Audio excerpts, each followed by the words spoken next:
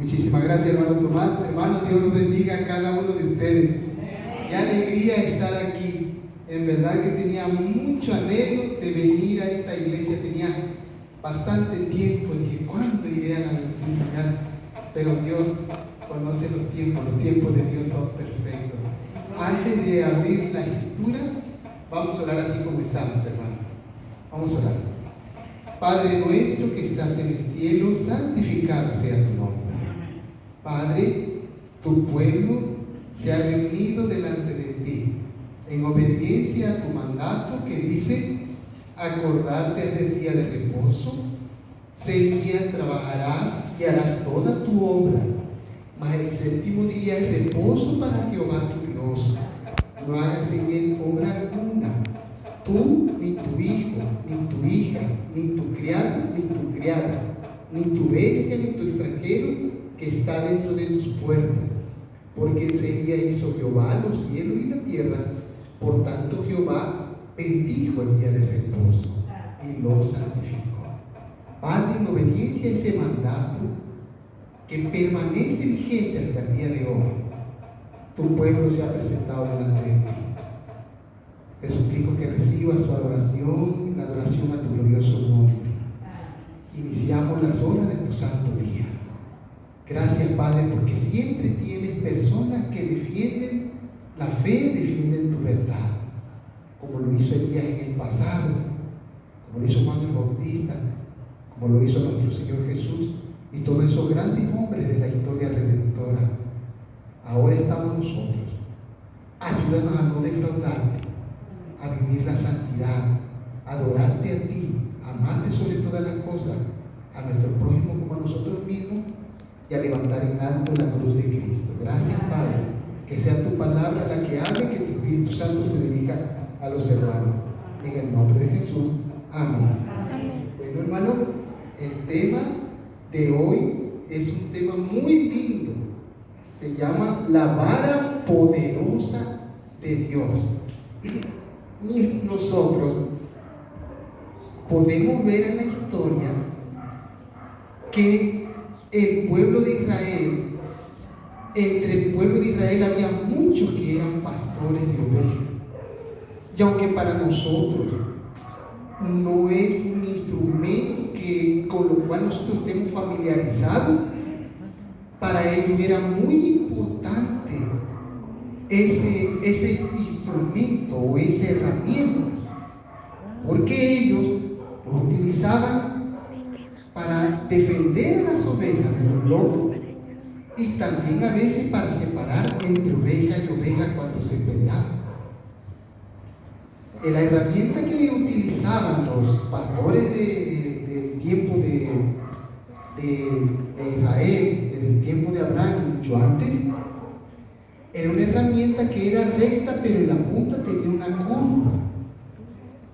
La parte larga servía para golpear a los lobos, para que los lobos no lastimaran a las ovejas. Pero la parte curva servía para jalar a las ovejitas cuando estaban a punto de irse a un precipicio o cuando el pastor de ovejas quería traerlas hacia sí. Pero también esa parte curva servía para golpear a los lobos en la cabeza. Entonces, tenía una función.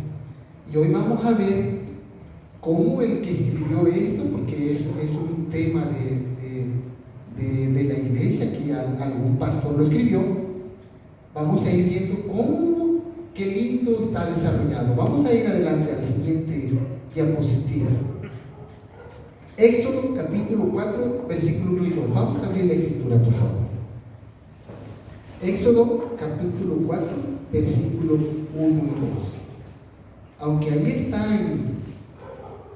está ahí en la pantalla, alguien que lo tenga, que lo lea, por favor. Éxodo 4, versículo 1 y 2. ¿Sí? Léalo, por favor. Dice: entonces Moisés respondió y dijo: ellos no me crearán ni oirán mi voz, pues dirán: no se te ha aparecido Jehová, ¿qué es eso que tienes en tu mano? Le preguntó Jehová. Una vara, respondió Moisés. Amén. Entonces dice que Moisés respondió diciendo: he aquí que ellos no me creerán, ni oirán mi voz, porque dirán: ¿no te ha parecido Jehová? Y Jehová dijo: ¿qué es eso que tienes en tu mano? Y él respondió: una vara. Recordamos, hermano, que para este tiempo Moisés ya había huido de Egipto por todas las cosas que habían acontecido cuando el pueblo de Israel estaba en esclavitud, y Moisés, tratando de defender a uno de los israelitas, acabó matando a un egipcio. ¿Se acuerdan de eso, verdad?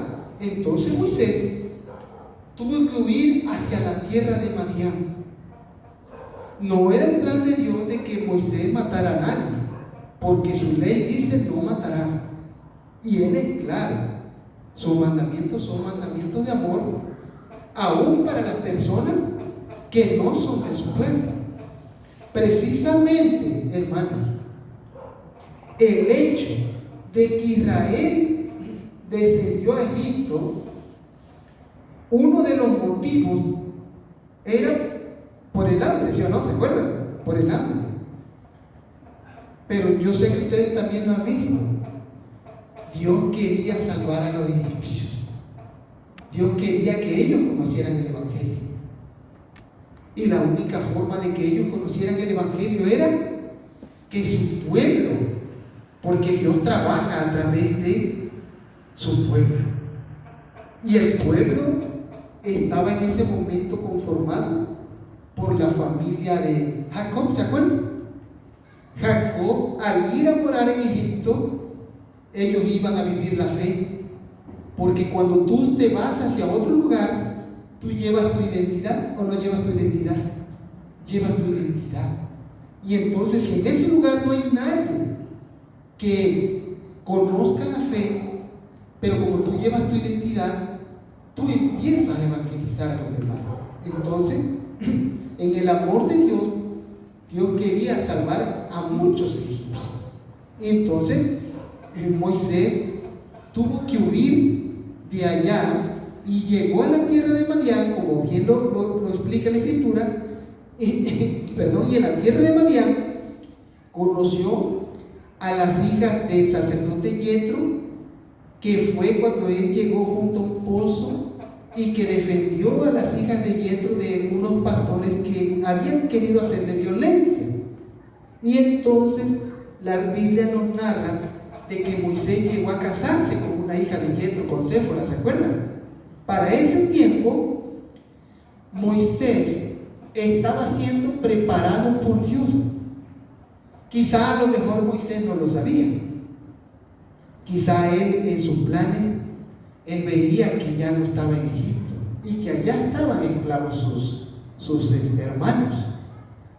Entonces 40 años vagó Moisés, como dice la hermana Juan, erró con las manadas de ovejas, por aquí, por allá. Lo estaba educando Dios, hermano. A veces Dios nos educa en la adversidad. La prosperidad no te educa tanto, pero la adversidad sí te educa bastante, porque es un horno de fuego. Donde entra, la lumbre te quema. ¿Pero qué te quema? Las hojas que te atan, ¿sí o no? Te quema lo que te afecta. Cada quien su horno de fuego es diferente, pero a fin de cuentas Dios trabaja a través de la adversidad también, hermano. Y Moisés estaba siendo capacitado por Dios para ser un pastor manso, como dice el escritor de Moisés, que en su tiempo él era el más manso de su tiempo, ¿sí o no? Entonces Moisés vio que en el monte ardía una lumbre y Moisés quiso ir a ver qué significaba eso. Entonces, la pregunta que Dios le hizo a Moisés: ¿qué tienes en tu mano?, es la misma pregunta que nos hace a nosotros. Se la hizo Eliseo a las tsunamitas, ¿se acuerdan? Le preguntó: ¿qué tienes en tu mano? Le preguntó Eliseo y dijo, ella, tengo un poco de aceite, porque el acreedor ya vino y se va a llevar a nuestros hijos. Consigue vasijas y vacía el aceite en las vasijas. Y las vasijas que ella consiguió todas se llenaron de aceite. Pero le preguntó, ¿qué tienes en tu mano? Hermano, si el Señor le preguntara a usted, ¿qué tienes en tu mano?, ¿qué le respondería? Los talentos que Dios le dio, ¿verdad? Esos talentos los tiene que poner a disposición de Dios, si usted lo desea así, porque Dios se lo va a multiplicar.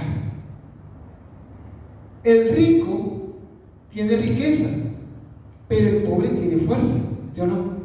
Entonces, por ejemplo, cuando un misionero, cuando todavía no está evangelizada la sierra de aquí, de este lugar, cuando un misionero viaja, a lo mejor alguien le decía al misionero, mira, para que no te vayas caminando, ten para la ida, aquí tienes 10 pesos.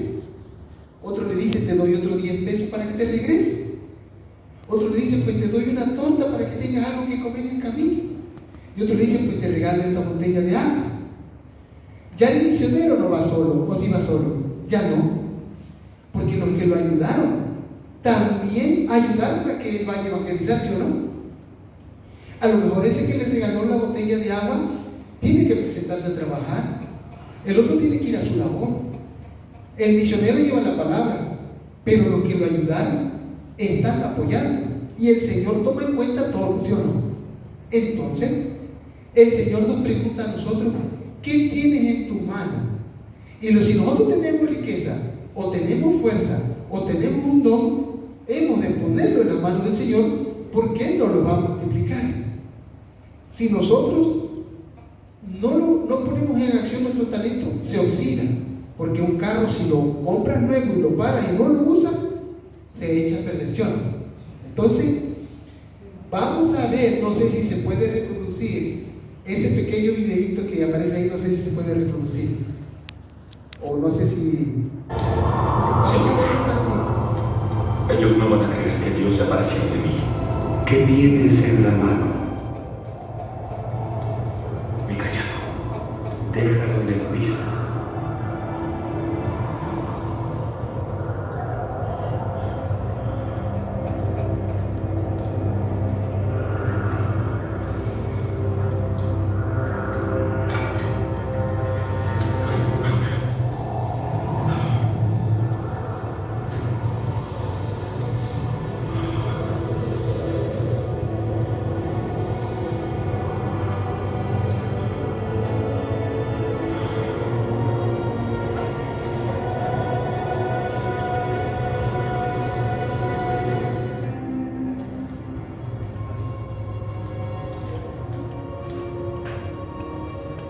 Tómala por la cola.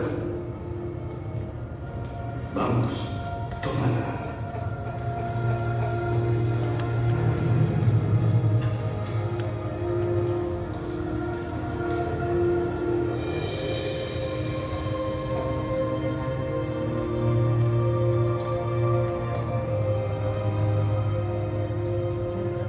Ahora pon tu mano en tu pecho, por debajo de tu túnica, y retírala de nuevo.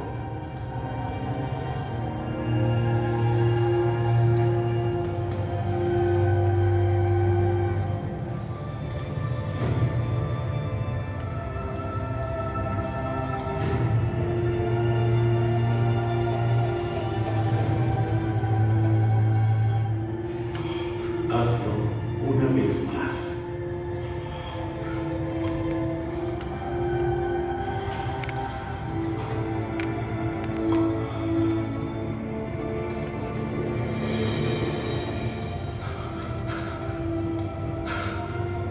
Si ellos no creen en ti, ni se convencen con la primera señal, tal vez crean en la evidencia de la segunda. Si aún así tienen dudas, derrama un poco de agua del Nilo en tierra seca, y ella se convertirá en sangre. Mi Señor, yo no sabría qué decir ni cómo decirlo. Intenté separar una vez a 2 hebreos que peleaban y ni me oyeron. ¿Quién crees que creó la boca del hombre? ¿No soy yo el Señor? Ve a hacer lo que te dije. Seré tu propia boca y te enseñaré lo que debes decir. Señor, por favor, envía a quien tengas que enviar, menos a mí. Tú no tienes un hermano llamado Aarón, el levita. Aarón, Él sabe usar las palabras y vive entre los hijos de Israel. Aarón te ayudará.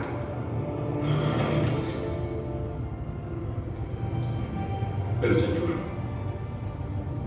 en cuanto regrese a Egipto estaré muerto. Aquel que deseaba tu muerte ya no vive más. Aarón atravesará el desierto y vendrá a tu encuentro.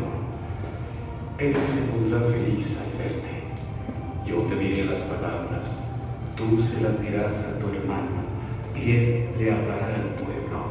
Estaré con los dos todo el tiempo. Está bien. Haré lo que tú me digas. Una cosa más.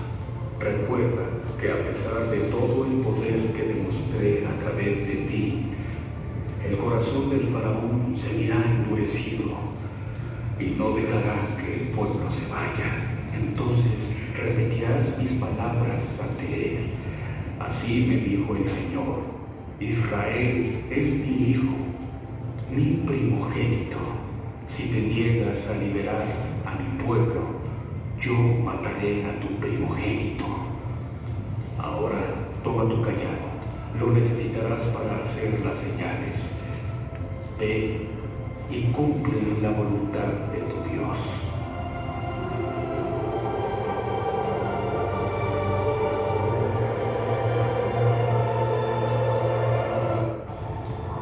Señor. Gracias, hermano.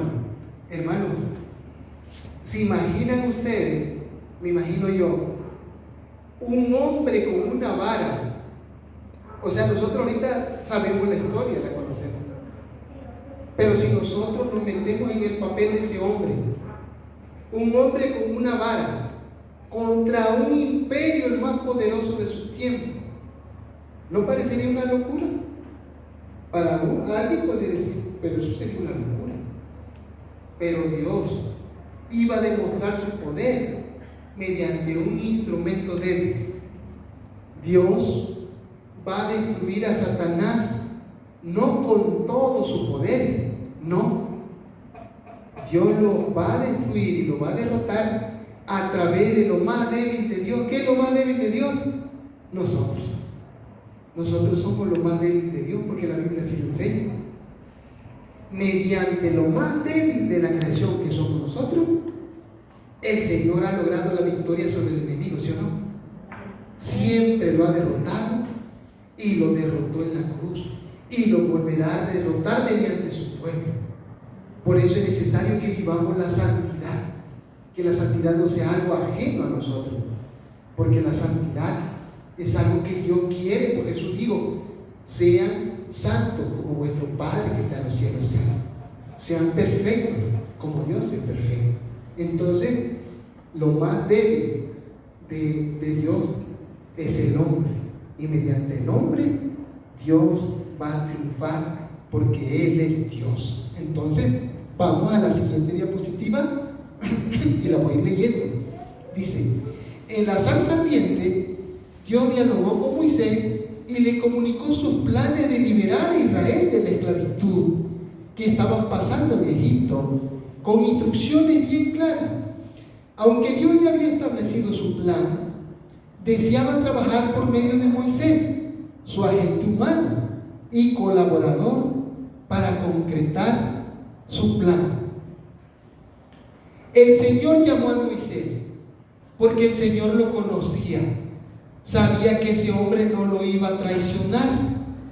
Donde Dios los llamó a ustedes es porque Dios los conoce, ¿sí o no?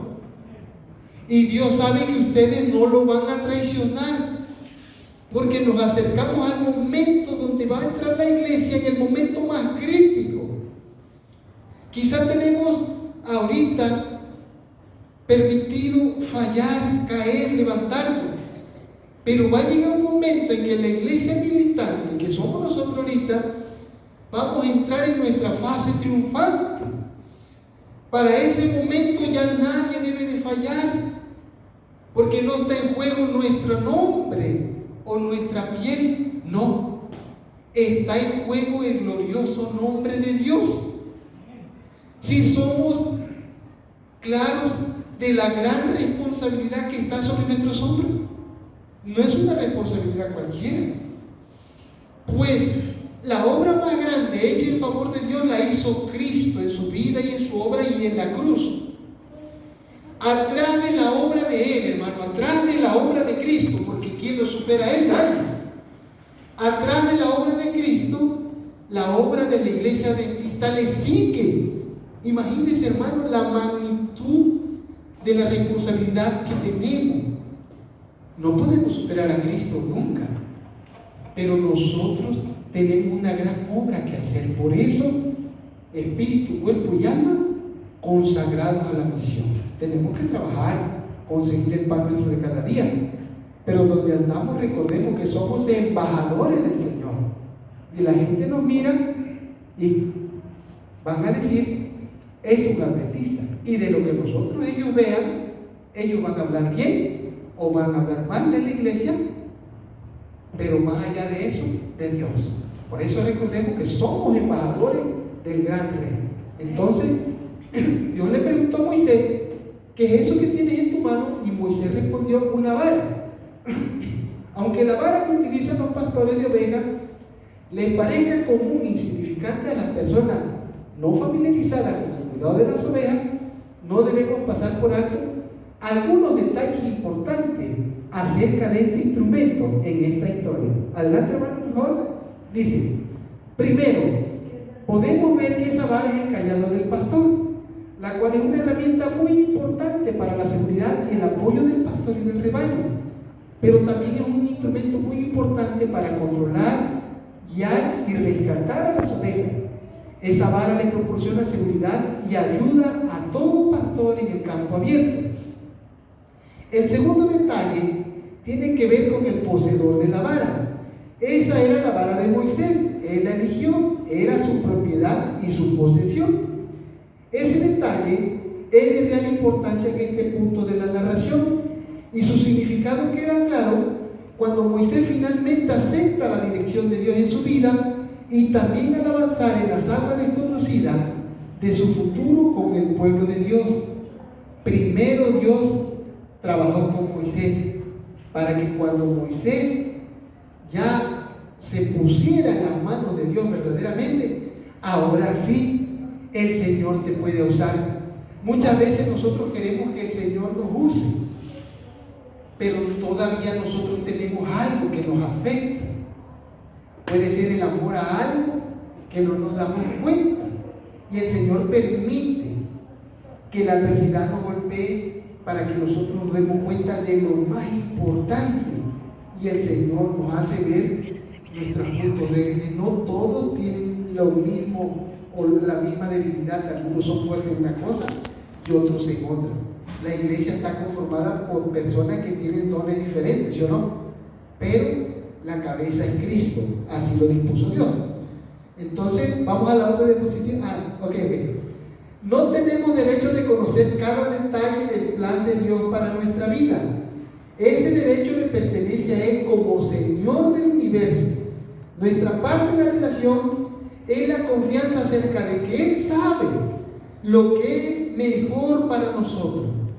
Así como Moisés, Dios no nos llama a hacer algo para Él sin primero proveernos los recursos y los medios con los cuales cumplir sus propósitos en el mundo.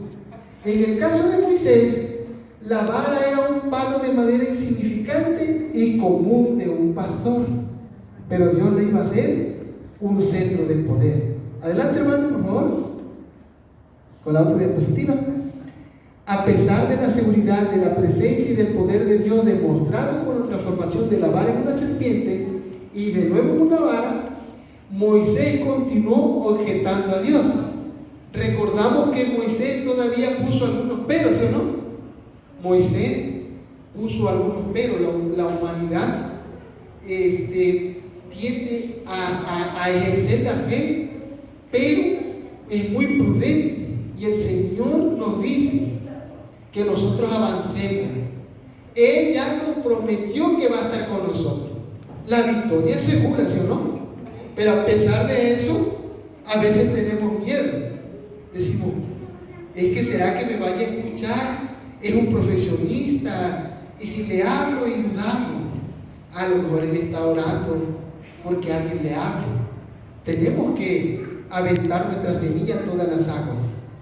Aprovechemos cada momento, cada oportunidad que tengamos en el día para tratar de hablarle de Cristo a los demás. Dice, en respuesta, Moisés dijo a Jehová: ay Señor, nunca he sido hombre de fácil palabra, ni antes ni desde que tú hablas a tu siervo, porque soy tardo en el habla y torpe de lengua. En respuesta a esas objeciones, Dios le dijo: ¿quién le dio al hombre la boca? ¿Quién hizo al mudo y al sordo, al que ve y al ciego? ¿No soy Jehová? Ahora pues ve, yo estaré en tu boca y te enseñaré lo que hayas de hablar. Éxodo 4:4, 4:11 y 12. En esta parte del diálogo, Dios destaca que Él es el Dios creador, el Todopoderoso, que tiene la capacidad de hacer y cumplir su voluntad. Moisés no tenía que dudar, porque Dios le está confirmando: yo voy a estar contigo. En un momento determinado, hermano, cuando Dios ya nos ha dado todas las pruebas, ha mostrado que Él está con nosotros, pero nosotros todavía resistimos, eso se convierte en terquedad y podría caer en desobediencia, ¿sí o no? Vamos adelante, hermano. Solo después de esa conversación directa de Dios con Moisés y la promesa de que Aarón, su hermano, lo acompañaría ante Faraón, Moisés dijo que sí.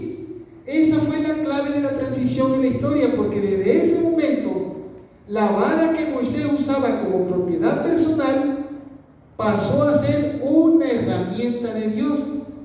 Pero ese cambio que sucedió fue porque Moisés tenía que permitir que Dios fuera Dios y permitirle asumir el control de su vida. Tenía Moisés que permitir que Dios asumiera el control de su vida. Esa aceptación marcó la entrega de la vara de Moisés a Dios. Ahora la vara le pertenecía a Dios para usarla según su propósito. Y la Biblia lo confirma, porque los versículos que vienen, ahí vamos a ver por qué ahora la vara ya no era de Moisés, sino que Moisés se la traspasó a Dios. Dice, en Éxodo 4:20 dice: entonces Moisés tomó su mujer y sus hijos y los puso sobre un asno y volvió a la tierra de Egipto. Tomó también Moisés la vara de Dios en su mano. ¿De quién era la vara? De Dios. Ya Moisés, ahora sí, se había consagrado para servir al Señor. Por medio de ese hombre débil, el Señor iba a hacer una obra portentosa. Vamos a la otra. Ok. Dice: Dios solo asumirá la dirección de nuestra vida cuando estemos dispuestos a desistir de dirigirla a nosotros mismos. Muchas veces nosotros no nos damos cuenta, pero algunas personas, a veces sin querer, no lo dicen, pero lo llegan a actuar. Pareciera como si dijeran: yo sí quiero hacer la voluntad de Dios, claro que sí, pero la quiero hacer a mi manera. Y cuando es así, ya no es la voluntad de Dios, ¿sí o no? Cuando es a mi manera, no. Porque precisamente a lo mejor lo que yo quiero hacer, Dios piensa diferente. O sea, el Señor dirige a las personas, y las personas que se dejan dirigir por Dios hacen cosas que uno no alcanza a comprender. Hay un hermano que también es mi amigo, que se llama Jorge, me platicó que un día fue a dar una campaña a un lugar que se llama Ojo de Agua, por acá, no sé, por Limonta, no se pregunta eso. Y me dijo que los hermanos le dijeron: vamos a ir a visitar, nos vemos en tal lado. Pero él llegó temprano Y entonces dice él que pues él pensó que los hermanos habían llegado antes y se habían ido, y entonces él caminó hacia un lugar. Y que en ese lugar estuvo hablando y hablando hasta que alguien le abrió. Y ya fue y habló con él. Y esa persona le dijo: mire, yo no le quería abrir, porque le voy a ser sincero, yo estaba a punto de colgarme, ya me iba a poner la soga al cuello, porque mi mujer me dejó por otro, y yo quedé devastado. Y yo lo que tenía pensado era matar. Y el hermano Jorge pues quedó sorprendido, porque por medio de él ese hombre salvó la vida y le habló de Dios y lo invitó a la iglesia y lo invitó a la campaña y todo eso. Y me platica el hermano Jorge que después él salió y se encontró con los hermanos y dice: hermano, lo andamos buscando, pues yo ya fui a hacer la visita. Dice: no, dice, no es por allá, es por acá. ¿Qué pasa ahí, hermano? Dios lo dirigió. Dios lo dirigió y pudo salvarle la vida a ese hombre que estaba a punto de matarse. Entonces, en otra ocasión, un hombre se perdió, que iba en la carretera y hubo un bloqueo, y el hombre, pues, como vio que algunos carros se salían de la carretera, él también hizo lo mismo. Pero da de cuenta que se salió aquí con Solecaca y fue para allá por Chacalapa. Y entonces, pues ya llegó como un aceñito, como aquí, así, y preguntó: oiga, es que tengo que regresar hacia la carretera, de cuenta hacia la carretera que va a Mina, ¿cómo le hago? Ah, pues le va a hacer así, así, así. Ah. Oiga, dice, y por cierto, estaba un niño ahí, en silla de ruedas. Oiga, ¿y ese pequeño qué? Ah, dice, es que ese pequeño es mi hijo. Dice: pero es que mire, tiene una situación donde lo tienen que operar del cerebro, y no hay otro hombre en el país que lo pueda operar que fulano de tal. Oiga, hermano, dice que ese hombre se puso a llorar. Y le pregunté a la señora: hermano, pero oiga, amigo, ¿pero qué le pasa? ¿Por qué está llorando? Si yo le estoy platicando que mi hijo tiene un problema delicado, no tengo dinero para pagarle la operación, y solamente hay un hombre que lo puede operar, porque es el mejor cirujano. ¿Quién cree que era ese hombre? Era el cirujano, hermano. Era el cirujano, se perdió. ¿Ustedes creen que se perdió? Lo dirigió Dios, hermano. Y ese hombre le dijo: yo soy ese hombre, lo voy a operar y no le voy a cobrar nada. ¿Cómo ven? Qué lindo, ¿verdad? Hermano, muchas veces suceden cosas que no alcanzamos a percibir, pero el Señor está trabajando y Él tiene instrumentos, formas que nosotros no imaginamos. Entonces, dice: mayordomía cristiana es dar a Dios el derecho de gobernar y de asumir el control de nuestra vida y de todo lo que tenemos y somos. Mi tío Radamé me platicó que allá en Chiapas hay un hermano que ara y siembra 4 hectáreas. Así me dijo: 3 hectáreas para él y 1 hectárea para Dios, independientemente de su diezmo y de su ofrenda. Y a ese hombre no le falta de comer.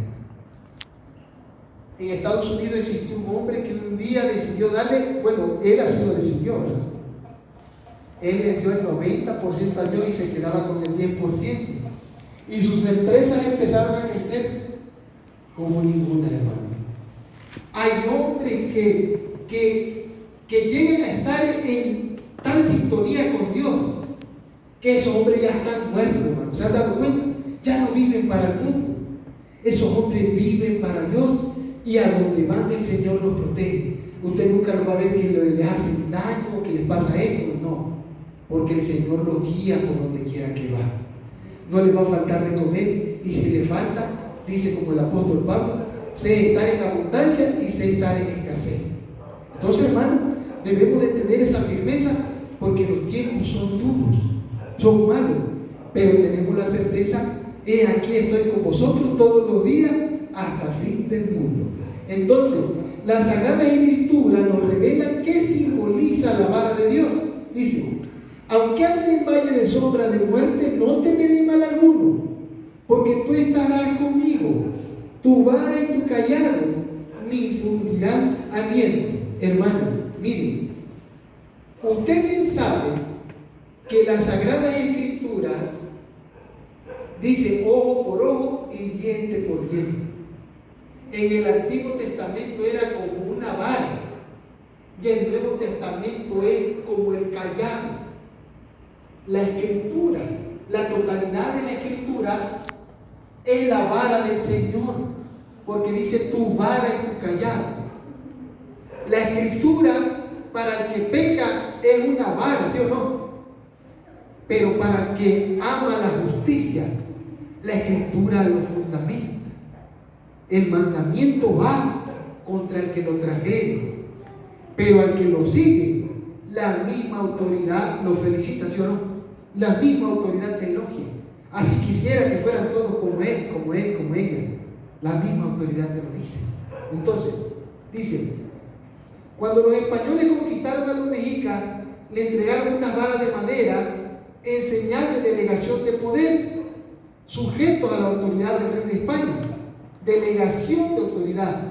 Los conquistadores y la corona española otorgaron la vara de mando, bastón de mando, a los gobernantes y alcaldes de los pueblos de indios, como símbolo de su autoridad legal y judicial dentro del orden colonial. A los líderes indígenas que juraban fidelidad al rey de España, se les permitía mantener ciertos privilegios, como vestir a la española, portar escudos de armas, ejercer el mando sobre sus comunidades mediante estas insignias oficiales. La vara también era un símbolo de justicia. La vara representaba que el portador actuaba en nombre del rey y de la justicia real.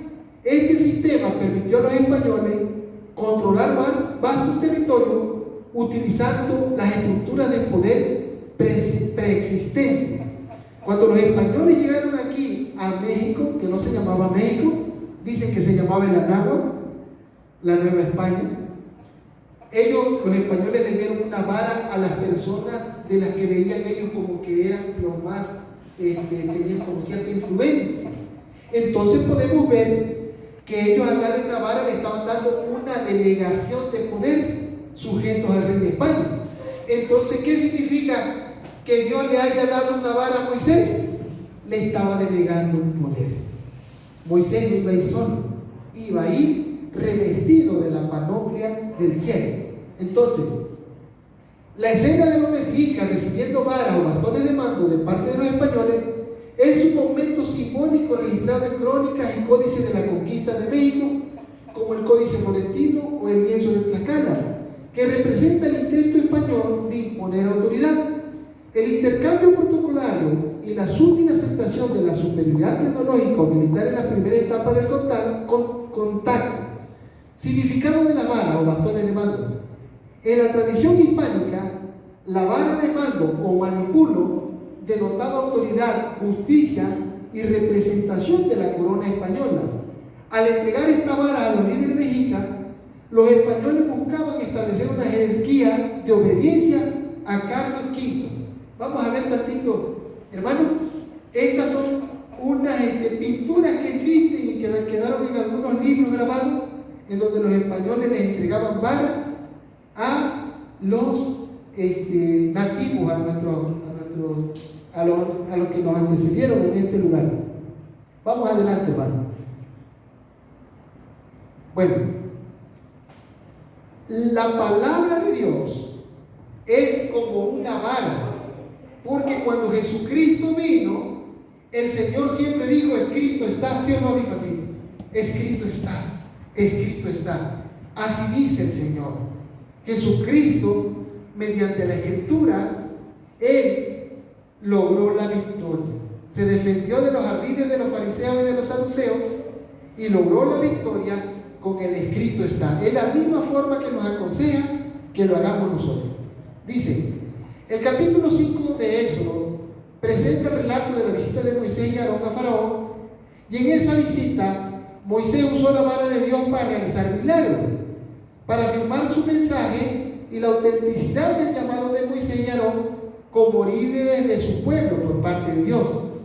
Pero Faraón endureció su corazón con ese acto de desafío. Rechazó el gobierno de Dios como Señor del universo. Las consecuencias de tal acto de desobediencia a Dios fueron inmediatas y devastadoras. Y la vara desempeñó su parte, porque dice la Escritura, y Moisés y Aarón hicieron como Jehová los mandó, y alzando la vara golpeó las aguas que había en el río, en presencia de Faraón y de sus siervos, y todas las aguas que había en el río se convirtieron en sangre. Éxodo 7:20. De ahí en adelante, de la primera a la 10ª plaga, la vara que significaba la presencia de Dios trajo devastación y destrucción sobre la tierra y sobre el pueblo egipcio, incluyendo a la casa de Faraón.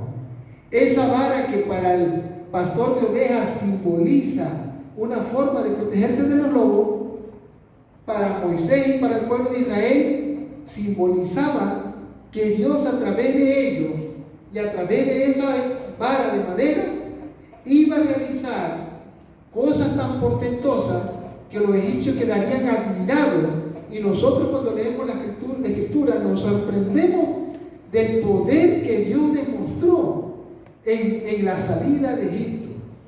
La vara tiene cierto simbolismo con la cruz de Cristo. Recordamos que Jesús dijo, como Moisés levantó la serpiente en el desierto, así es necesario que el Hijo del Hombre sea levantado, para que todo aquel que en él cree no se pierda, mas tenga vida eterna. ¿Sí o no? Fue una serpiente. Yo me preguntaba, ¿por qué una serpiente? ¿Por qué una oveja? Y el Señor te abre el entendimiento, ¿verdad? Porque la Biblia dice que si alguno está de falta de sabiduría, demándesela a Dios. Hermano, cuando Jesús tomó los pecados de nosotros, del mundo, sobre su persona, dice la Escritura que por nosotros fue hecho pecado. Sobre él se descargó toda la ira de Dios, y él murió a fin de que nosotros vivamos. Y así como uno, cuando ve una serpiente, la quiere acabar, cuando Cristo anduvo en la tierra, fue perseguido, fue azotado. Él siempre tuvo algo que todos los profetas han tenido, que es que era perseguido, hermano, pero logró la victoria para dárnosla como un regalo. Entonces, dice, esta herramienta común de pastores en la mano de Dios se convierte en un arma poderosa y potente para servir a sus propósitos. Si Dios es capaz de hacer cualquier cosa y usará cualquier cosa, hasta las herramientas más simples, para la gloria de su nombre, la pregunta es, eso es lo que nos pregunta el pastor que escribió el tema: hermano, ¿ustedes están dispuestos a ser usados por Dios? Hermanos, ¿están dispuestos a ser usados por Dios? Amén. ¿Están dispuestos a entregar completamente todo su ser para cumplir los propósitos de Dios? ¿Están dispuestos, hermano? Amén. ¿Están dispuestos a permitir que el Señor del universo asuma el control de su vida y de su corazón, hermano? ¿Están dispuestos? Amén. Que así sea. Y vamos con la última parte. Dios está en el control del universo. Él es el Señor de la vida. Todo el mundo, incluyendo nosotros, existimos para servir a su propósito. Dios conoce nuestras pruebas y sufrimientos y oye nuestro clamor por liberación y rescate. Él es nuestro Salvador. Como cristianos, somos instrumentos de la gracia de Dios, y Él nos usará si estamos dispuestos para ser usados por Él. En verdad, Él nos capacitará para hacer lo que parece imposible, y Él recorrerá el camino junto a nosotros. No hay nada que sea demasiado insignificante o simple que Dios no sea capaz de usar para su misión en la tierra, ya sea la voz del ser humano, sea algún talento que el hombre tenga. Todo lo que el hombre sea o lo que el hombre tenga, el Señor puede usarlo para que a través de él su glorioso nombre sea visto por los que no lo conocen. Por donde quiera que vamos, cada uno de nosotros somos embajadores del Señor. La Escritura dice la Escritura, que Moisés nunca estuvo solo, porque la Biblia enseña que Jesús siempre estuvo a su lado. Dios no dejó a Moisés solo. Moisés no solo tuvo el apoyo de Aarón, sino que también tuvo el apoyo de los líderes principales de Israel, porque había hombres temerosos de Dios. Pero dijo Moisés un día: si tu presencia no va con nosotros, es mejor no ir. Hermano, Dios le garantizó a Moisés que su presencia estaría con él, y logró la victoria, porque ese pueblo que salió de Egipto terminó entrando en la Canaán terrenal, ¿sí o no? Nosotros, como Iglesia Adventista del Séptimo Día, salimos del Egipto espiritual del mundo, y así como ese pueblo entró en la Canaán terrenal, nosotros también tenemos la certeza en Cristo que Dios puede introducirnos al cielo, ¿sí o no? Tenemos un mensaje en su palabra, pero Él nos ha dado el mensaje del tercer año. ¿Qué tienes en tu mano? ¿Qué tenemos en la mano, hermano? La palabra del Señor, y tenemos un mensaje especial que el Señor le dio a la iglesia.